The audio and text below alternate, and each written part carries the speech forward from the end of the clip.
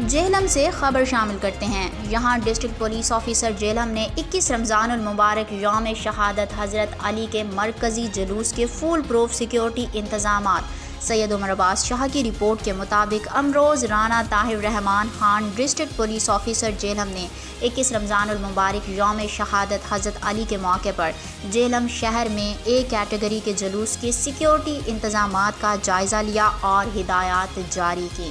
Doctor Anam Faryal S P investigation Jhelum, Saad Afridi A S P, Muhammad Ibrahim Warraich D S P city circle اور S H O ضلع حاضہ سمیت دیگر سینئر افسران بھی ڈسٹرکٹ پولیس آفیسر جہلم کے ہمراہ تھے۔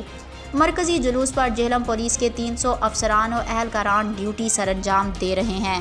ڈسٹرکٹ پولیس آفیسر جہلم نے مزید ہدایات کی کہ ڈیوٹی پر تعینات افسران و اہلکاران الرٹ ہو کر ڈیوٹی سر انجام دیں، مشکوک افراد اور مشکوک سرگرمیوں پر کڑی نظر رکھیں۔ ایس ڈی پی او اور ایس ایچ او ضلع حاضہ فوقتاً ڈیوٹی کو چیک اور بریف کریں۔ جلوس میں داخل ہونے والے افراد کو مکمل باڈی سرچ کے بعد داخلے کی اجازت دی جائے۔ جہلم پولیس شہریوں کی حفاظت کے لیے ہمہ وقت کوشاں ہے۔ شہریوں کی حفاظت کو یقینی بنانے کے لیے تمام وسائل بروئے کار لائے جا رہے ہیں۔ منتظمین جلوس نے بہترین سیکیورٹی انتظامات کرنے پر ڈسٹرکٹ پولیس آفیسر جہلم کا شکریہ ادا کیا اور اپنے تعاون کا بھرپور یقین دلایا۔